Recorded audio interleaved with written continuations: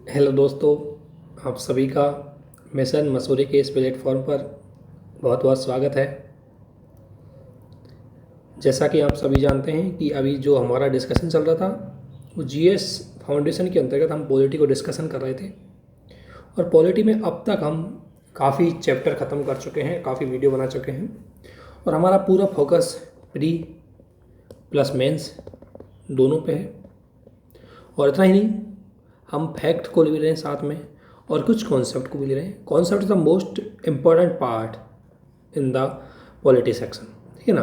तो हमें उसको भी फोकस करके चलना है क्योंकि बिना कॉन्सेप्ट के आप फैक्टों का कोई रिलेवेंट नहीं हो पाएगा।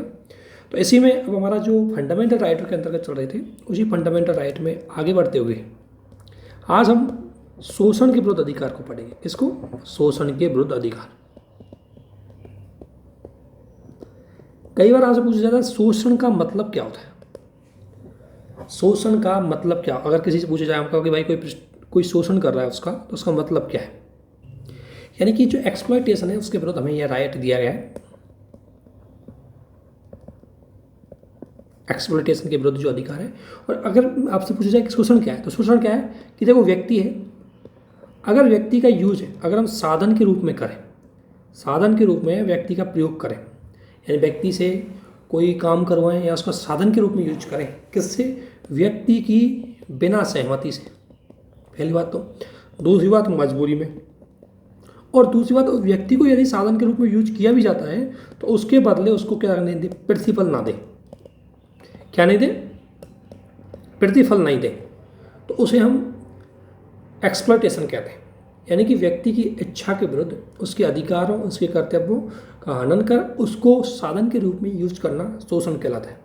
तो आर्टिकल देखो, ये बहुत बड़ा अधिकार था। आज तक अगर आपने देखा होगा भारत में तो शोषण बहुत हो रहा था। समाज के वंचित वर्गों का, महिलाओं का, बच्चों का, इनका आज तक समाज ने एक्सप्लॉयटेशन ही किया था। उसी के विरुद्ध, इनके अधिकारों की सुरक्षा करने के लिए हमने शोषण के विरुद्ध अधिकार को फंडामेंटल राइट की श्रेणी में रखा गया। और ये किससे जुड़ा हुआ है, ये आर्टिकल 21 से डायरेक्ट जुड़ा हुआ है। क्योंकि आर्टिकल 21 किसकी बात करता है, आर्टिकल 21 बात करता है व्यक्ति की गरिमा। और यदि किसी व्यक्ति की हम शोषण करेंगे तो उसकी गरिमा कैसे हो पाएगी, उसके जीवन के अधिकार की सुरक्षा कैसे हो पाएगी। तो इसलिए शोषण के विरुद्ध अधिकार है वो आर्टिकल 21 के लिए भी जरूरी है। तो सबसे पहले प्रीलिम्स में क्वेश्चन आपसे यही पूछा जाता है कि शोषण के विरुद्ध अधिकार आर्टिकल किस अनुच्छेद में, तो आपको आर्टिकल 23 में दिखाना है। 23 और 24 है वो शोषण के विरुद्ध अधिकार की बात करते हैं। और शोषण का मतलब मैंने आपको बता दिया, यानी कि व्यक्ति की क्षमताओं को दूसरे द्वारा फायदा उठाना। यानी व्यक्ति को किसके रूप में काम करना, साधन के रूप में। और नॉर्मली व्यक्ति स्वयं में ही साध्य होता है। इमैनुअल कांट नाम का एक बेचारा, आपने सुना होगा, कांट ने बोला व्यक्ति स्वयं में साध्य है। क्या है, साध्य, अर्थात व्यक्ति का प्रयोग कभी साधन के रूप में नहीं किया जाएगा। यानी कि व्यक्ति स्वयं में मीन्स है, मीडियम के रूप में उसका प्रयोग कभी नहीं किया जाएगा। और यदि उसका मीडियम के रूप में प्रयोग होता है और उसका फायदा यदि दूसरे को मिलता है, कोई दूसरा उस व्यक्ति से काम करवा के अपना फायदा निकालता है, उसको हम बोलते हैं एक्सप्लॉयटेशन। तो एक्सप्लॉयटेशन शब्द का मतलब आप समझ गए होंगे। तो आर्टिकल 23 में क्या लिखी हुई है उसको देखते हैं, क्योंकि आर्टिकल ये मुख्य रूप से अनुच्छेद है। कौन से अनुच्छेद, अनुच्छेद 23 और 24। अब 23 का क्या पार्ट है, तो 23 के आर्टिकल 23 का 1 में, आर्टिकल 23 का 1 कहता है कि मानव दुर्व्यवहार, ह्यूमन ट्रैफिकिंग, मानव दुर्व्यवहार, इसको बोलते हैं मानव दुर्व्यवहार। दुर्व्यापार यानी कि मानव का व्यापार करना, मानव दुर्व्यापार, मानव का व्यापार। और मानव को खरीद और फरोख्ती करना कभी अच्छा व्यापार हो ही नहीं सकता। इसके लिए हिंदी का शब्द यूज किया जाता है दुर्व्यापार, यानी कि मानव दुर्व्यापार। तो मानव दुर्व्यापार अगर होगा, किसी व्यक्ति का अगर खरीद फरोख्त होगी, तो व्यक्ति क्या होगा, साधन के रूप में काम होगा, तो वह व्यक्ति के अधिकारों के विरुद्ध होगा। और मानव दुर्व्यापार कैसे हो सकता है, एक तो किसी को प्रोस्टिट्यूशन में लगा देते हैं, किसी को वेश्यावृत्ति में लगा देते हैं, किसी को अगर किसी को मानव अंगों के लिए या ऑर्गन्स के लिए किसी के किडनैप कर ले, उसकी स्मगल कर ले, उसकी तस्करी कर ले, या बच्चों और महिलाओं को दुर्व्यापार करना। तो मानव व्यापार 3 शब्द है जिनका फोकस आर्टिकल 23(1) में किया गया है। एक तो है मानव दुर्व्यापार, उसका मतलब मैंने आपको समझ दिया कि मानव को बेचना, खरीद फरोख्ती के रूप में काम करना। एक है बेगार, बेगार का मतलब है कि व्यक्ति को काम करवाना, क्या काम करना, काम करवाना, कोई उसमें श्रम करवाना, काम करवाना, लेकिन उसके बदले उसके पारिश्रमिक नहीं देना, उसको वेतन नहीं देना, या तो वेतन नहीं दिया जाता है या बहुत ही कम वेतन दिया जाता है, उसे बोलते हैं बेगार। और तीसरा है बलात् श्रम। बलात् श्रम का मतलब है कि कोई व्यक्ति से उसकी इच्छा के विरुद्ध काम करवाया जाता है, उसे बोलते हैं बलात् श्रम। तो संविधान का अनुच्छेद 23(1) कहता है कि ना तो कोई व्यक्ति और ना ही राज्य व्यक्ति से मानव दुर्व्यापार करवा सकता है, बेगार करवा सकता है और बलाश्रम नहीं करवा सकता। अगर ऐसा करवाया जाता है तो उसके विरुद्ध कार्रवाई की जाएगी। और ध्यान रखना, जो यौन शोषण होता है वो भी महिलाओं के एक तरह से क्या होगा, ये जो यौन शोषण है ये किसके अकॉर्डिंग इसमें आ गया, महिलाओं को होने वाला दुर्व्यापार। तो महिलाओं का दुर्व्यापार होता है, जो यौन शोषण होता है वो भी आर्टिकल 23 का उल्लंघन करता है। और इसमें संविधान निर्माताओं ने बोला कि चाहे मानव हो, चाहे मतलब राज्य हो या व्यक्ति, दोनों व्यक्ति को ना तो मानव दुर्व्यापार करा सकते हैं, ना बेगार करा सकते हैं, ना बलात्श्रम करा सकते हैं। और यह है लोकतंत्र की सबसे बड़ी निशानी। किसकी? लोकतंत्र की। क्योंकि यदि आप राजतंत्र में जाते होंगे तो राजतंत्र में जो राजा का महल बनता था, राजा की जो जितने भी दुर्ग किले बनते थे, इसमें जो मजदूर काम करता था तो उनको सिर्फ खान पान दिया जाता था, कभी उनको ज़्यादातर राजा उनको क्या नहीं देते थे, वेतन। तो बड़ी मात्रा में जनता बेगारी के रूप में काम करती थी, जो उनके अधिकारों की, जो उनकी आजीविका को नुकसान पहुंचाते थे। इसलिए लोकतंत्र की सबसे बड़ी निशानी है कि लोकतंत्र इस प्रकार की एक्सप्लॉयटेशन को रोकने का व्यक्ति को खुद को अधिकार देता है और सुप्रीम कोर्ट को उस अधिकार की सुरक्षा करने के लिए बाध्यकारी बनाता है। यही एक डेमोक्रेसी की निशानी है। तो जब भी अगर आप शोषण के विरुद्ध अधिकार लिख लो तो फंडामेंटल राइट, लोकतंत्र और व्यक्ति की गरिमापूर्ण जीवन से जरूर जोड़ के लिखना, तभी आपके आंसर में दम आ पाएगी। तो आर्टिकल 23(1) में तो लिखा है कि राज्य हो या व्यक्ति हो, कोई भी व्यक्ति से मानव दुर्व्यापार, बेगार, बलात्कार नहीं करवा सकता। ये बात लिखी गई है आर्टिकल 23(1) में। लेकिन आर्टिकल 23(2) इसका अपवाद है। बोला है कि राज्य, कौन? राज्य। राज्य का मतलब आर्टिकल 12 में मैंने जो राज्य की परिभाषा आपको बताई वो है राज्य। राज्य सार्वजनिक हित के लिए, किसके लिए? पब्लिक वेलफेयर के लिए अनिवार्य सेवा करवा सकता है।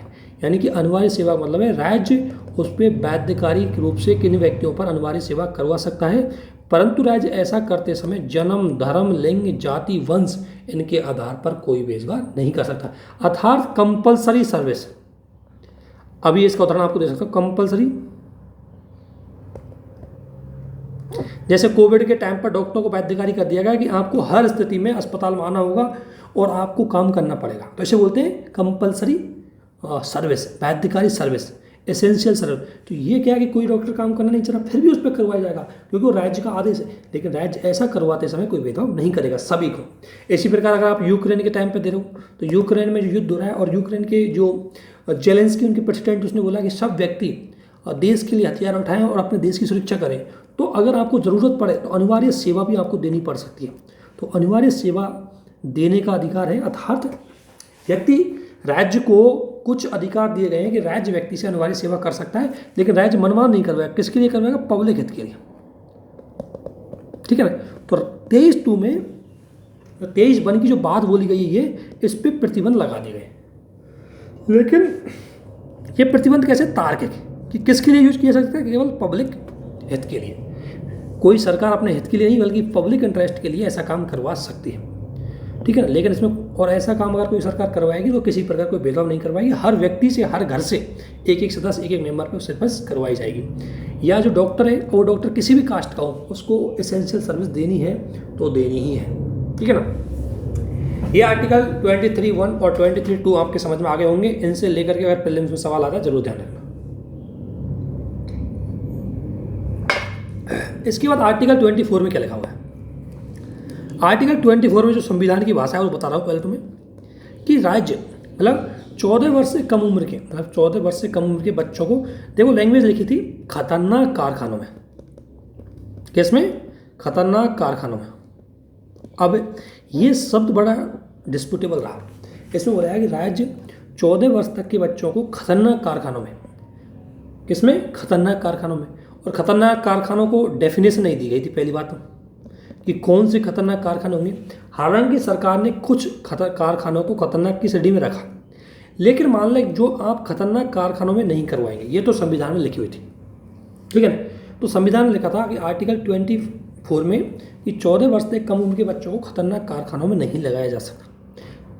इसी के आधार पर संसद ने बाल श्रम एक्ट बनाया था, बाल श्रम निषेध एक्ट 1986।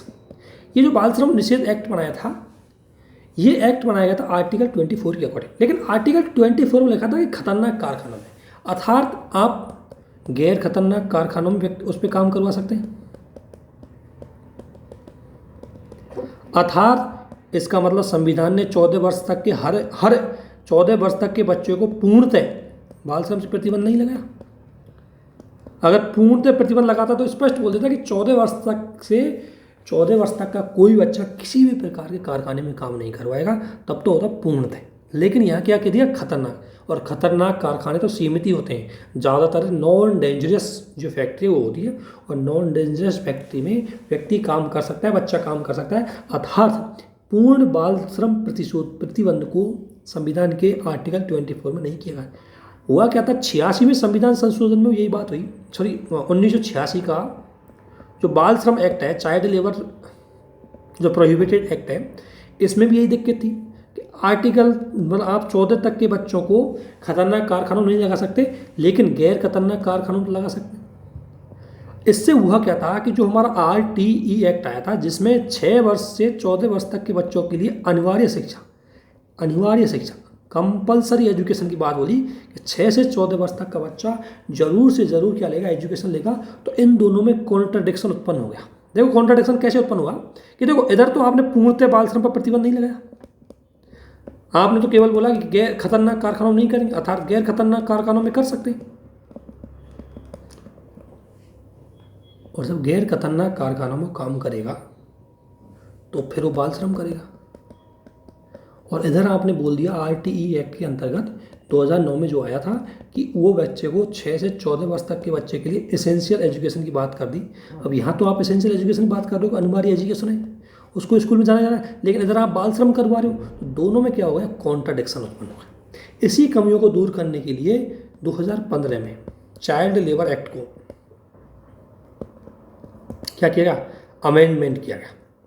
और अमेंडमेंट करके सुप्रीम कोर्ट ने बोला, अमेंडमेंट करके इसने बोला कि देखो 0 से 14 वर्ष तक का बच्चा किसी भी प्रकार के काम में नहीं लगाया जाएगा। ध्यान रखना, किसी भी प्रकार के में, चाहे वो खतरनाक हो चाहे गैर खतरनाक हो, किसी भी प्रकार के काम में, किसी भी प्रकार के काम में नहीं लगाया जाएगा। हाँ, वो एक्सेप्शन है। एक्सेप्शन क्या है, एक तो टीवी सीरियल में चाइल्ड जो एक्टर है उसके रूप में काम कर सकता है, और एक घरेलू कार्य कर सकता है। लेकिन अदर फैक्ट्री में, अदर जगह, चाहे वो फैक्ट्री खतरनाक हो चाहे गैर खतरनाक हो, उसमें काम नहीं करेगा। तो जो कमी थी उसको इस एक्ट ने दूर किया। इसके अलावा एक कमी जो थी कि 14 वर्ष तक के बच्चों की, एक कमी थी 14 से 18 वर्ष तक के बच्चों की। और वो क्या रहा था कि 14 से 18 तक के बच्चे हैं, इनके लिए बोला गया कि जो 18 वर्ष तक के बच्चों को इतना बोला गया कि खतरनाक कारखानों में लगाया जाएगा। यानी कि 14 से 18 वर्ष तक के बच्चों को खतरनाक कारखानों में लगाया जाएगा, नहीं लगाया जाएगा। और 0 से और 14 वर्ष तक के बच्चों को किसी भी प्रकार के कारखानों में नहीं लगाया जाएगा। ये अमेंडमेंट किया गया था 2015 में, और तब जा करके ये जो अनुच्छेद है और ये कानून है, ये RTE एक्ट है, इन दोनों के साथ लाइजिंग हो पाई। अदरवाइज इनमें विरोधाभास की स्थिति बनी हुई थी। तो अब आपके आर्टिकल 23, 24 आ गए होंगे समझ में। मुझे नहीं लगता कि इनको लेकर के आपके मन में कोई डाउट हो। इसके बाद एक कॉन्सेप्ट वाला सवाल सबसे महत्वपूर्ण आता है, और वो है धार्मिक स्वतंत्रता का अधिकार।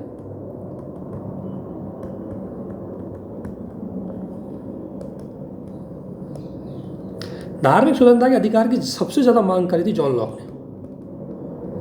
जॉन लॉक आपको पता है यूरोप के उदारवादी विचारक थे, और उन्होंने सबसे पहले धार्मिक स्वतंत्रता के अधिकार की बात करी। तो यूरोप में उस टाइम आपको पता है कि चर्च का वर्चस्व था, और चर्च का वर्चस्व इतना अधिक था कि चर्च धर्म को लेकर के लोगों को बाध्यकारी करता था कि आप इस धर्म को मानो, ऐसे फॉलो करो, ये चीज़ करो। तो व्यक्ति इस धर्म की आड़ में अपना पूरा जीवन ही बर्बाद कर चुका था। तो इसलिए लॉक ने सबसे पहले धार्मिक स्वतंत्रता के अधिकार की बात करी। बोला कि सबसे पहले व्यक्ति को धार्मिक स्वतंत्रता का अधिकार मिलना चाहिए, तभी व्यक्ति अपने जीवन के अधिकार की बात कर पाएगा। तो धार्मिक स्वतंत्रता की बात उन्होंने करी। लेकिन धार्मिक स्वतंत्रता का अधिकार की बात अगर भारतीय इतिहास में देखें तो देखो, भारत में अगर मुगल काल ने शासन किया तो इससे क्या था कि वहाँ जो बहुसंख्यक धार्मिक धर्म था उसको भी बाध्यकारी कर दिया, उसके ऊपर जजिया कर लगाई गई। तो धार्मिक स्वतंत्रता व्यक्ति की अंतरात्मा से जुड़ा हुआ एक अधिकार है। तो मतलब व्यक्ति अगर लोकतंत्र में है तो व्यक्ति के ऊपर चयन की स्वतंत्रता होनी चाहिए कि व्यक्ति किसी भी धर्म को मान सकता है, किसी भी धर्म को नहीं भी मान सकता है, विश्वास रख सकता है। तो सबसे पहले भारतीय संविधान में भी इसको जोड़ा गया था। उसके बाद और धार्मिक स्वतंत्रता के अधिकार की हम व्याख्या करते हैं। पहले धार्मिक स्वतंत्रता का अधिकार, और ये अधिकार है आर्टिकल 25 से 28 तक। और धार्मिक स्वतंत्रता का अधिकार की अगर हम बात करें तो सबसे पहली बात है कि लोकतंत्र के अनुकूल है,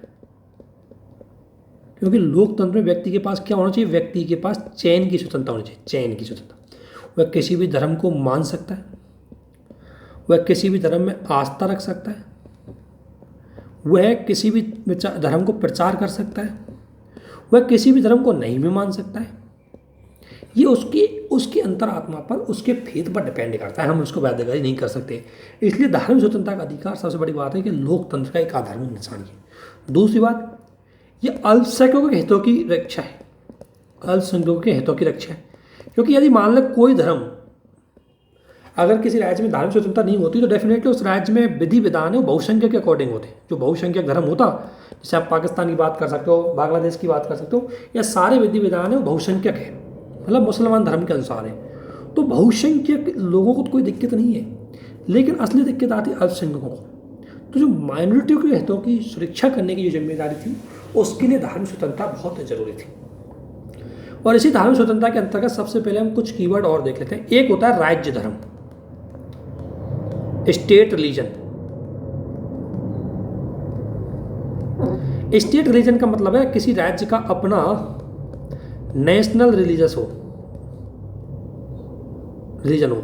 जैसे हमारा राष्ट्रीय त्योहार होता है, राष्ट्रीय वृक्ष होता है, राष्ट्रीय पुष्प होता है, राष्ट्रीय जल पशु होता है। उसी प्रकार एक राष्ट्र, अगर कोई राज्य धर्म है तो उसका अपना एक राज्य का धर्म होगा, और उस राज्य का यदि धर्म होगा तो उस राज्य का संचालन उस धर्म के नियमों के अनुसार होगा। ठीक है। तो स्टेट रिलीजन का मतलब है किसी राज्य का अपना एक राज्य के धर्म हो। वर्तमान समय में अगर देखें, यूएई, ईरान और मालदीव ऐसे देश है जिनका अपना एक राज्य के धर्म है, और एक किसको मानते हैं, इस्लाम धर्म को अपना राज्य के धर्म मानते हैं। लेकिन ये बड़ी चुनौती वाला चीज़ है। अगर राज्य का धर्म है अपना तो ये चुनौती वाली चीज़ है। पहली चुनौती थी अल्पसंख्यकों का शोषण है।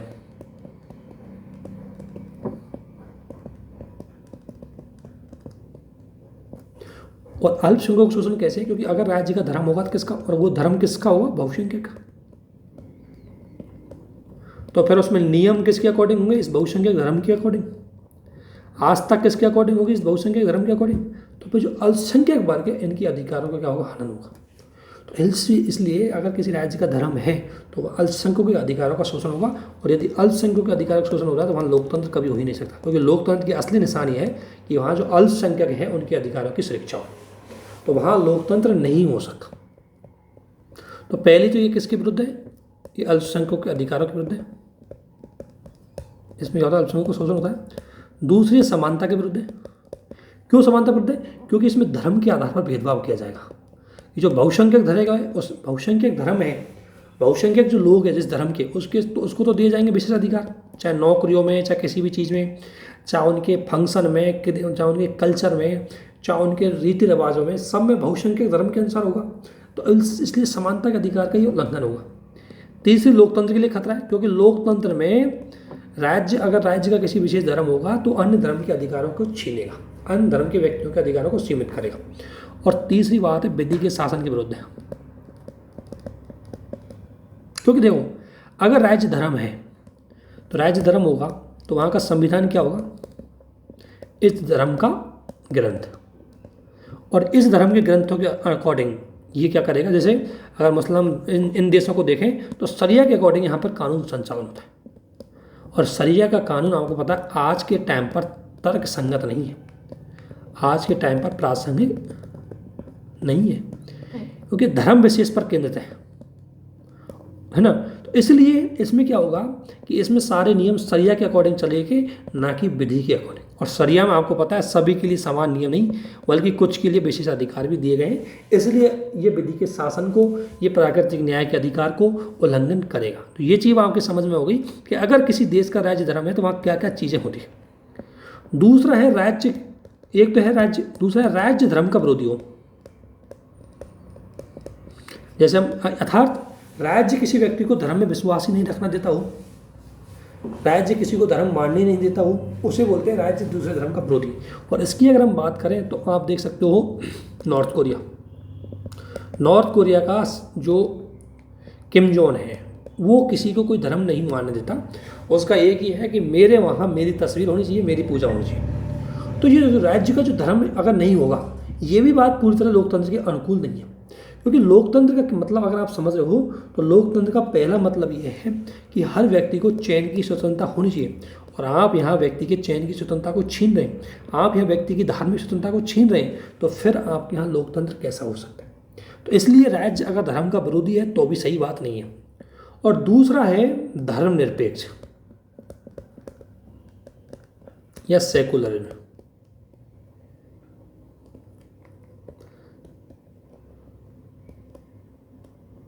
धर्मनिरपेक्ष या सेकुलरिज्म, धर्मनिरपेक्ष या सेकुलरिज्म की अगर हम बात करें तो इसका मतलब एक सामान्य अर्थ इसका यह निकलता है कि राज्य का अपना कोई धर्म नहीं होगा, कोई धर्म नहीं होगा, पहली बात ये। और दूसरा, राज्य सभी धर्मों के साथ समान व्यवहार करेगा।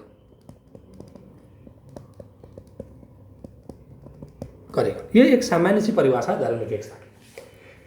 अब धर्मनिरपेक्षता की दो अवधारणाएं चलती हैं। एक है पश्चिमी दुनिया ने धर्मनिरपेक्षता अपनाई वो,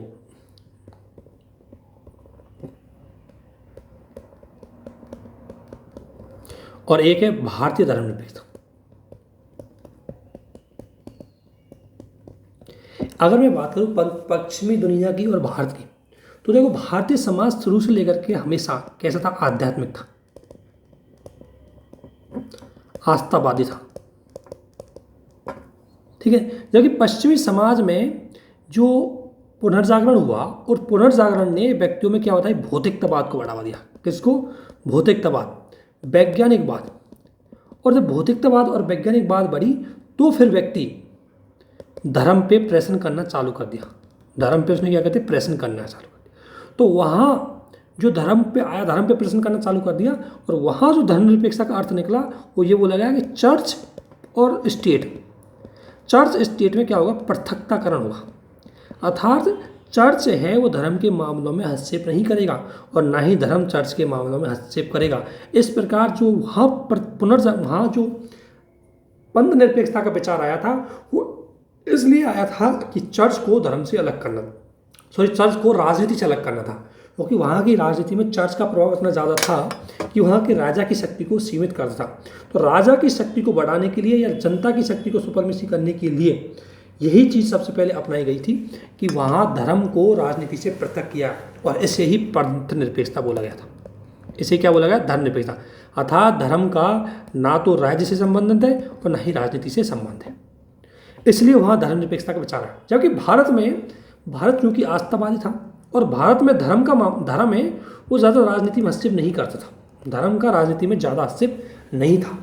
लेकिन चूँकि भारत एक विविधतापूर्ण समाज था, कैसा था, विविधतापूर्ण समाज। और विविधतापूर्ण समाज होने की वजह से भारत में बहुत धर्म थे, और धर्म ज़्यादा था, इन धर्मों में समन्वय कैसे रहे।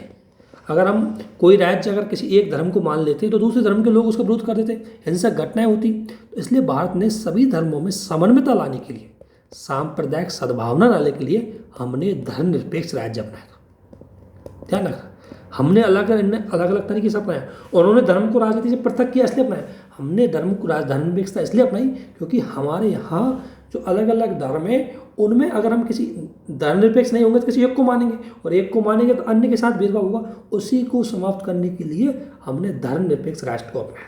तो एक अंतर तो दोनों में हो गया। दूसरी बात, पश्चिम का अगर राज्य की बात, धर्म राज्य की बात करें तो राज्य धर्म से एकदम पृथक है, एकदम पृथक है। एकदम पृथक का मतलब है कि अगर धर्म में कोई भी हो, लड़ाई हो, दंगे हो, कुछ भी हो, जब तक कि लॉ एंड ऑर्डर डिस्ट्रॉय नहीं हो तब तक के धर्म के मामले में कोई हस्तक्षेप ही नहीं करते। जबकि भारत में क्या है कि देखो राज्य है वो सभी धर्मों के प्रति समान व्यवहार तो करेगा, लेकिन राज्य एकदम पृथक नहीं। अगर कोई धर्म पिछड़ा हुआ है, वंचित है, तो उसके लिए विशेष अधिकारों की व्यवस्था भी राज्य करता है। और आप देख सकते हो पहले तो अगर देखो तो लोगों को पारसी लोगों के लिए हमने विशेष प्रोत्साहन किया है कि उनकी जनसंख्या बढ़े, उनके हितों को सुरक्षित हो। इसी प्रकार इस्लाम में पहले मक्का मदीना की यात्रा करवाने के लिए सरकार द्वारा फंड दिया जाता था। तो भारत का जो धर्म है वो एकदम से पृथक नहीं है। भारत का जो धर्मनिरपेक्ष राज्य है एकदम से पृथक नहीं, बल्कि सभी के साथ समान व्यवहार करना है। लेकिन राज्य धर्म के मामलों में हस्तक्षेप कर सकता है, राज्य तार्किक आधार पर धर्म के मामलों में प्रतिबंध लगा सकता है, जबकि पश्चिम में राज्य किसी प्रकार का संबंध नहीं रखता धर्म से। ठीक है। उसके अलावा अगर बात करें तो पश्चिम में राज्य का जो पश्चिम में धर्मनिरपेक्षता है उसमें राज्य धर्म की उन्नति के लिए कुछ नहीं करता, जबकि हमारा धर्मनिरपेक्ष है कि अगर धर्म कोई वंचित है, कोई पिछड़ा हुआ है, तो उसके लिए क्या करता है, विशेष अधिकार योजनाएं चलाता है। तो हमारा धर्मनिरपेक्ष और उनका धर्मनिरपेक्ष एकदम अंतर है। उनका धर्मनिरपेक्षता परिणाम क्या है, भौतिकतावाद, कि दुनिया भौतिकतावादी बन गई, दुनिया वैज्ञानिकतावादी बन गई, इसलिए दुनिया ने धर्म को मानना छोड़ दिया। जबकि भारत का धर्मनिरपेक्ष है वो इसलिए है क्योंकि भारतीय दुनिया तो आध्यात्मिक थी, लेकिन हमारे यहाँ जो समाज के वंचित वर्ग है, जो अल्पसंख्यक है, उनके हितों की सुरक्षा के लिए हमने इसको अपनाया। और इसलिए पश्चिम के धर्मनिरपेक्ष को हम बोलते हैं नकारात्मक सेकुलरिज्म, नेगेटिव सेकुलरिज्म। क्यों? क्योंकि ये पूर्णतः नेगेटिव भूमिका निभाता है इसमें स्टेट का कोई रोल नहीं होता। जबकि हमारा जो धर्मनिरपेक्ष है वो सकारात्मक है कि हमारा जो राज्य है वो सभी धर्मों के प्रति पॉजिटिव भूमिका निभाएगा, और जो धर्म अगर पिछड़ा है वही उसके लिए विशेष सुविधाएं करेगा। तो ये जो हमने पढ़ा है अभी तक धर्मनिरपेक्षता का विचार है, पंथ निरपेक्षता का विचार, ये पश्चिम में और भारत में जो अंतर है उसको हमने यहाँ देखा है। तो यूपीएससी ने कई बार जो जीएस फर्स्ट है उसमें और जीएस 2 में इस क्वेश्चन को पूछा है कि पश्चिम का पंथ निरपेक्ष भारतीय पंथ निरपेक्षता से किस प्रकार से भिन्न है, या फ्रांस को भारतीय धर्मनिरपेक्षता से क्या सीखना चाहिए। बाद दोनों का आंसर एक ही है, यही आंसर होगा। लेकिन अगर ये क्वेश्चन आया, मैं क्वेश्चन का थोड़ा सा फॉर्मेट बनाता हूँ, फिर आगे बढ़ते हैं हम।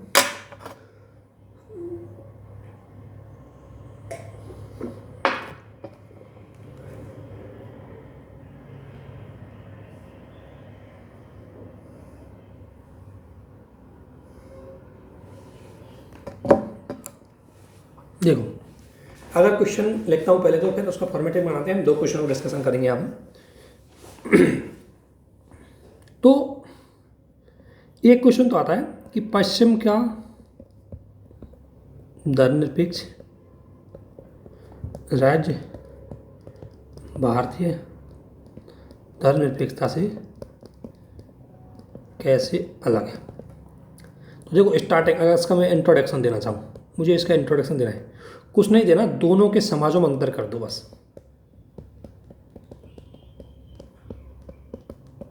इतना सा कर, ज़्यादा कुछ नहीं करना। कि पश्चिम का समाज है भौतिकतावादी है और एक रूपता को समाहित किए हुए, जबकि भारतीय समाज है वो आध्यात्मिकतावादी है तथा उसमें विविधता निहित है। इसी विविधता को बनाए रखने के लिए भारत ने धर्मनिरपेक्षता को अपनाया है। अतः पंथ पश्चिम, अब ये तो हो गया, इसको तो हम लिख सकते हैं। और अगर क्वेश्चन पूछ लें तो धर्मनिरपेक्षता बढ़ाने के लिए प्रोविजन कहाँ कहाँ पर है, तो प्रस्तावना में देख सकते हो, फंडामेंटल राइट में देख सकते हो, डीपीएसपी में देख सकते हो, एसआर बम्बई बाद में देख सकते हो। अभी देखेंगे एसआर बम्बई बाद में। सुप्रीम कोर्ट ने बोला कि धर्मनिरपेक्षता secularism is the part of basic structure, है ना। ये भारतीय संविधान में सुप्रीम कोर्ट के द्वारा 1994 में एसआर बम्बई बाद में दिया गया था। हम एसआर बम्बई बाद को बहुत अच्छे से एक्सप्लेन करेंगे आगे, बहुत ही फेमस केस था ये। तो ये जो प्रोविजन है बताते हैं कि भारत एक धर्मनिरपेक्ष राष्ट्र है। ठीक है। दूसरी बात, मेन इंट्रोडक्शन ये हो गया, दोनों के समाजों में हम अंतर कर सकते हैं, और ये थोड़ा बहुत उनके बारे में भारतीय धर्मनिरपेक्ष है इसके बारे में एग्जाम्पल दे सकते हैं कि ये प्रोविज़न है। उसके अलावा मेन बॉडी में क्या करेंगे हम कि दोनों का अंतर बता देंगे जो मैंने आपको बताया, और अंतर बताने के बाद कंक्लूजन लिख देंगे। कंक्लूजन लिख देंगे भारतीय समाज विविधतापूर्ण है और विविधता को बनाए रखने के लिए राज्य की सक्रिय भूमिका बहुत जरूरी है। और साथ ही भारत का जो संविधान है वो केवल शासन संचालन नहीं बल्कि सामाजिक न्याय का भी दस्तावेज है, इसलिए समाज के वंचित धर्मों के लिए राज्य विशेष सुविधाएं भी करता है। बस इतना सा आप आंसर लिख दोगे, आपका आंसर बेस्ट हो जाएगा, ठीक है ना। और यही क्वेश्चन पूछा था हिस्ट्री में। जब हिस्ट्री में क्वेश्चन आया तो थोड़ा सा हिस्टोरिकल वर्ड्स को दिखा देना, बस समाज में अंतर करना है, लेकिन यहाँ पर ये चीज़ दिखानी है। कंक्लूजन में बता देना कि भारत इतिहास से ही एक विविधतापूर्ण देश रहा है और उसकी संस्कृति वासुदेव कुटुंब के नाम से जानी जाती है। ये बात हो गई धर्मनिरपेक्षता की बात। लेकिन अब धर्मनिरपेक्षता के संबंध में दो विचार आते हैं। धर्मनिरपेक्षता के संबंध में दो विचार आते हैं भारतीय परिप्रेक्ष्य में और इंडियन अगर पर्सपेक्टिव में देखें तो दो विचार आते हैं। एक विचार आता है कि पंथ निरपेक्षता विरोधी, जो सेकुलरिज्म को नहीं मानता, उसकी आलोचना करता है, और एक है सेकुलरिज्म के पक्ष। तो सेकुलरिज्म के पक्ष क्यों होना चाहिए वो तो मैंने बता दिया कि भारत एक विविधतापूर्ण समाज है, लोकतंत्र है, अल्पसंख्यकों के हितों की सुरक्षा करनी है, इसके लिए सेकुलरिज्म होना बहुत जरूरी है। लेकिन पंथ निरपेक्ष विचारों की आलोचना करने वाले दो विचार हैं। इसमें महात्मा गांधी ने क्या बोला है? महात्मा गांधी ने कहा है कि पंथ निरपेक्षता का विचार है, जो पंथ निरपेक्षता विचार आया ये पश्चिम का विचार है। कहाँ का है? पश्चिम का। और पश्चिम का विचार क्यों आया? क्योंकि वहाँ समाज कैसा था? भौतिकतावादी। वहाँ के लोगों ने पंथ निरपेक्षता इसलिए बनाया था कि वो धर्म में आस्था ही नहीं रखते थे, जबकि भारतीय समाज तो आध्यात्मिक है और आध्यात्मिक समाज में पंथ निरपेक्षता का कोई महत्व है ही नहीं, क्योंकि भारतीय समाज तो आध्यात्मिक है और भारतीय समाज में व्यक्ति अपने धर्म से दूर नहीं रह सकता। इसलिए पंथ निरपेक्षता का विचार व्यर्थ है, इसने बोला। और दूसरी बात बोली समन्वयता की, तो गांधी जी बोलते हैं कि भारतीय संस्कृति में हमेशा धर्म में समन्वयता बनी रही, सहयोग बना रहा। कुछ छोटे छोटे मामलों को अगर छोड़ दे तो भारतीय समाज हमेशा धर्मनिरपेक्ष ही रहा, ये गांधी जी ने बोला। फिर गांधी जी बोलते हैं कि हमें पंथ निरपेक्षता अपनाने की जरूरत क्या, जब हम पहले से ही है। इसलिए गांधी जी इसकी आलोचना करते हैं। दूसरी बात, आशीष नंदी कहते हैं कि धर्मनिरपेक्षता का मूल आधार ही गलत है, क्योंकि धर्मनिरपेक्षता का मूल आधार यह है कि व्यक्ति अपने निजी जीवन में तो धर्म माने, लेकिन सार्वजनिक क्षेत्र पर अपना धर्म को नहीं माने। तो ये बताओ, कोई व्यक्ति घर में तो बड़ा पंडित धार्मिक रह ले और ऑफिस में जाकर के धर्म को भूल जाए, तो इसने बोला कि पॉसिबल ही नहीं है, ये चीज़ पॉसिबल ही नहीं है। इससे अच्छा तो हमें एक काम कर देना चाहिए कि धर्म का प्रयोग राजनीति में मत करो। धर्मनिरपेक्षता नहीं अपनाते, इससे अच्छा हम कर देते कि धर्म का प्रयोग राजनीति में नहीं, क्योंकि असली लड़ाई होती है ना, असली जो संघर्ष होता है, असली जो सांप्रदायिक दंगे होते हैं वो क्यों होते हैं? क्योंकि धर्म का प्रयोग राजनीतिक हितों के लिए किया जाता है। और जब वोट बैंक के लिए कर देते हैं, अपने वोट को पाने के लिए लोग धर्म की व्याख्या गलत तरीके से कर देते हैं, तो बोला तभी जाकर के ये सांप्रदायिक दंगे फैलते हैं, नहीं तो सांप्रदायिक दंगे फैलते नहीं। तो धर्मनिरपेक्ष तो पॉसिबल है नहीं। इससे अच्छा है कि तुम एक काम कर दो कि धर्म का प्रयोग राजनीति में नहीं किया जाए, इसको रोको। तो इसलिए इन दोनों ने पंथ निरपेक्षता को भारतीय समाज के अनुकूल नहीं माना।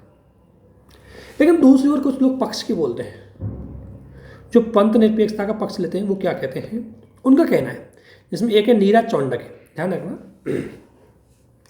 अगर आपको ऑप्शनल सब्जेक्ट है तब तो आप इन शब्दों का नाम को लिख सकते हो।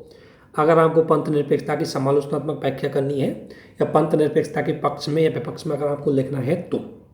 लेकिन अगर आपका ऑप्शनल सब्जेक्ट नहीं है तो ये सब नामों को मत लिखना, बस बाकी बात इनकी पूरी लिख देना, जो स्टेटमेंट दे रहे हैं उसको पूरा लिख देना। तो नीरज चौंडके ने एक बात बोली है। नीरज चौंडके ने बोली कि अगर मान ले पंथ निरपेक्ष राज्य नहीं होता, अगर मान ले भारत पंथ निरपेक्ष राज्य नहीं होता, तो भारत का अपना एक क्या होता? भारत का अपना कोई धर्म होता। अगर वो पंथ निरपेक्ष होता तो किसी न किसी एक धर्म को तो मानता, और अगर वो एक धर्म को मानता तो अल्पसंख्यकों के अधिकारों के विरोध में होता। इसलिए पंथ निरपेक्षता भारतीय संविधान को लोकतांत्रिक बनाने के लिए और अल्पसंख्यकों के हितों की सुरक्षा के लिए, किसके लिए? अल्पसंख्यकों के हितों की सुरक्षा के लिए जरूरी है। ये बात बोली थी नीरज चौंडके ने। दूसरी बात बोली कि अगर व्यक्ति लोकतंत्र की हम बात करें तो लोकतंत्र में लोकतांत्रिक मूल्यों की बात करेंगे, और लोकतांत्रिक मूल्य सब स्वतंत्रता की बात करते हैं। और स्वतंत्रता की बात करें हम धार्मिक स्वतंत्रता की, तो धार्मिक स्वतंत्रता तो सेकुलर स्टेट में ही हो सकती है। क्या पता कि आज आपने किसी धर्म को भारत को धर्मनिरपेक्ष घोषित नहीं किया। कोई पार्टी आई उसने किसी धर्म विशेष को बढ़ावा दे दिया, तो जिन व्यक्तियों का वो धर्म नहीं है उनका क्या होगा, जो व्यक्ति उस धर्म के नहीं है उनका क्या होगा। तो इसलिए नीरज चाणक्य ने बोला कि धर्मनिरपेक्षता के आधार पर कम से कम दुनिया भारत को ये तो कह सकती है कि भारत डेमोक्रेटिक है, भारत में माइनॉरिटी जो वर्ग है उनके अधिकारों की सुरक्षा होती है। तो इस आधार पर धर्मनिरपेक्षता शब्द सही है। इसके बाद अगर हम बात करें तो सुप्रीम कोर्ट की अगर हम बात करें, सुप्रीम कोर्ट ने भी SR बोम्मई बाद में बोला है कि secularism is the part of Indian basic structure of Indian constitution. ये भारतीय संविधान के मूल आधारभूत ढांचे का भाग है और जानकर आधारभूत ढांचे में किसी भी प्रकार से संशोधन नहीं किए जा सकते, ये सुप्रीम कोर्ट ने खुद ने बोला है। और संसद अब सेकुलरिज्म के विरुद्ध कोई भी संशोधन नहीं कर सकती, इतना इंपॉर्टेंट हो गया। और राजीव भार्गव है, उसने भी एक चीज़ बोली, राजीव भार्गव ने एक चीज़ बोली, राजीव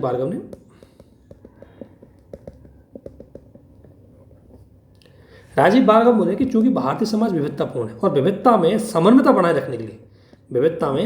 बनाए रखने के लिए धर्मनिरपेक्षता जरूरी है। इस आधार पर आप उस क्वेश्चन का जवाब दे सकते हो जिसमें दोनों की समालोचनात्मक व्याख्या करनी हो कि धर्मनिरपेक्षता समालोचनात्मक व्याख्या करनी है नहीं करनी। अब देखो, अब आते हैं, क्योंकि ये तो खैर ऑप्शनल में आते हैं ये शब्द, हिंदुत्व वाला, ये GS2 में नहीं पूछा जाता ऐसा क्वेश्चन, तो आप इसको छोड़ सकते हैं। अब आता है, लेकिन फिर भी इसको डिस्कशन कर ही लेते हैं, मान ली अगर कोई ऑप्शनल वाला भी इसको देखे तो उनके लिए काम आ सकता है। देखो, हिंदुत्व की जो विचारधारा है अगर बात करते हैं तो हिंदुत्व की विचारधारा में ये बोलते हैं कि हिंदुत्व एक कल्चर है, अर्थात ये धर्म नहीं, धर्म अलग है, धर्म का तो अपने अपने धर्म से आस्था से, लेकिन कल्चर तो रहन सहन, खान पान, पहनावा, ये सब के कल्चर के पार्ट है। और हिंदुत्व कहता है कि भारत की अपनी कल्चर है, चाहे आप मतलब प्राचीन काल से देख सकते हो। तो इसने बोला कि भारत की अपनी हिंदुत्व कल्चर है, जिसको इस्लामी मानते हैं, जिसको सब धर्म के लोग मानते हैं। भारत की रहन सहन, खान पान, जो एक दूसरे वेशभूषा है, भारतीय संस्कृति, तो भारतीय संस्कृति हिंदुत्व है। और हिंदुत्व है वो धर्म से अलग है। हिंदुत्व क्या है, संस्कृति, धर्म एक धर्म की आस्था है। और बोला कि जिस प्रकार इंडोनेशिया की अगर हम बात करें तो इंडोनेशिया का धर्म तो इस्लाम है, अगर हम बात करेंगे इंडोनेशिया धर्म क्या है, इस्लाम, लेकिन उसकी संस्कृति वो हिंदू है। संस्कृति कैसी, हिंदू, जैसे कि वो दीपावली, होली, इन त्योहारों को मनाते हैं, तो ये उनकी संस्कृति है। तो संस्कृति और धर्म अलग अलग हो सकते हैं और इसीलिए हिंदुत्व का विचार वहीं से आता है। और इसमें बोला गया जो सांस्कृतिक राष्ट्रवाद को समर्थन करते हैं, विशेषकर बीजेपी वाले, तो इन्होंने ये बोला है कि हिंदुत्व को आगे बढ़ाया जाए। जैसे अगर हम बात कर रहे हैं योग, तो योग में किसको दिक्कत है, योग तो हर धर्म के लिए ज़रूरी है, योग किसी धर्म विषय से जुड़ा ही नहीं, बल्कि योग तो भारतीय संस्कृति का पार्ट है, इसलिए योग को स्वीकार करना चाहिए। तो इसलिए ये हिंदुत्व को बढ़ावा देते हैं, हिंदुत्व कल्चर को बढ़ावा देने की बात करते हैं। और हिंदुत्व कल्चर से कभी भी आप हिंदू शब्द का मतलब हिंदू धर्म को मत समझना, हिंदुत्व कल्चर का मतलब भारतीय संस्कृति। इसलिए और इसी को लेकर के बोला है प्रोफेसर आशुतोष भाषण नाम के बोला है कि दुनिया के जितने भी धर्म आए हमारे यहाँ, तो हिंदुत्व और इसका मतलब अलग है। और प्रोफेसर आशुतोष भाषण ने एक बात बोली है कि इस्लाम धर्म ने, इस्लाम का भारत के साथ विवाद इसलिए बना हुआ है क्योंकि इस्लाम ने भारतीय कल्चर को एक्सेप्ट नहीं किया, और इसलिए इस्लाम के अनुयायियों की क्योंकि वो अपनी पहचान बनाए रखना चाहते हैं, अपनी कल्चर की पहचान बनाए रखना चाहते हैं, लेकिन वो ये भूल जाते हैं कि उनकी पहचान भारतीय संस्कृति के साथ ही जुड़ी हुई है। ठीक है, यही बात बोली गई, इसमें कोई अलग बात नहीं। दो शब्द और सुन लो। एक शब्द होता है सलाद बॉल, और एक होता है मेल्टिंग बॉल।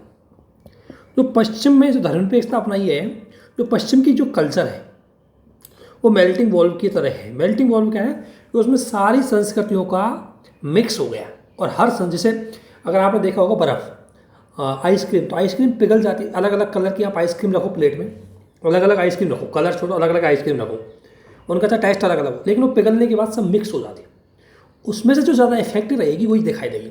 ठीक उसी प्रकार जो मेल्टिंग पॉट है, ये मेल्टिंग पॉट में क्या है कि बड़ी जो शक्तिशाली संस्कृति होती है वो अपना वर्चस्व बनाए रखती है, छोटी छोटी संस्कृति उसी के अंदर दब जाती है। तो पश्चिम में जो धर्मनिरपेक्षता है वो इसी प्रकार से, वो क्या है कि सारी को कॉमन मानते हैं, और इसलिए आप देख सकते हो फ्रांस में अगर बात करें तो इस्लाम के विरुद्ध कुछ ऐसे कमेंट बोले गए जो गलत है। एक धर्मनिरपेक्ष राष्ट्र को इस प्रकार के कमेंट नहीं बोलने चाहिए, लेकिन वो क्या करते हैं, वो ईसाई संस्कृति को आगे बढ़ाने की बात करते हैं, ईसाईयत कल्चर को कॉमन करते हैं। जबकि अगर बात करें हम सलाद बॉल, तो सलाद की अगर प्लेट में देखें अपन तो भारतीय कल्चर सलाद बॉल की तरह है, जहाँ हर संस्कृति अपनी अपनी अलग अलग पहचान बनाए हुए, हमने किसी भी कल्चर को मर्ज नहीं किया। तो इसलिए बोला गया कि भारत चूंकि विविधतापूर्ण समाज है, तो वहाँ पर भारतीय समाज है वो सलाद बॉल की तरह है, ना कि मेल्टिंग बॉल की तरह, मेल्टिंग पोट की तरह नहीं है कि वो पिघल जाए और सभी कॉमन हो जाए। ठीक है, अब आते हैं संविधान के अनुच्छेदों पर। अभी तक हमने पूरा कॉन्सेप्ट पढ़ा, अब फैक्ट पढ़ लेते हैं। आर्टिकल 25 की मैं बात करूं तो आर्टिकल 25 में लिखा हुआ है अंतःकरण की स्वतंत्रता। अंतःकरण की स्वतंत्रता का मतलब है कि कोई, अंतःकरण का मतलब आस्था, बोला आस्था पर राज्य का कोई नियंत्रण नहीं रहेगा। आस्था है ये व्यक्ति पर डिपेंड करेगी। व्यक्ति आस्था में किसी भी धर्म को मान सकता है, स्वीकार कर सकता है, और चाहे तो व्यक्ति उस किसी भी धर्म में आस्था के विश्वास नहीं रख सकता, वो नास्तिक भी रह सकता है। यह है उसे आर्टिकल 25 में स्वतंत्रता दी गई है। और 25 में जो स्वतंत्रता दी गई है, ध्यान रखना ये स्वतंत्रता है, इन पे बात बोली जाए तो ये सारी स्वतंत्रता है, इन पे तार्किक प्रतिबंध भी लगाए गए। एक मिनट।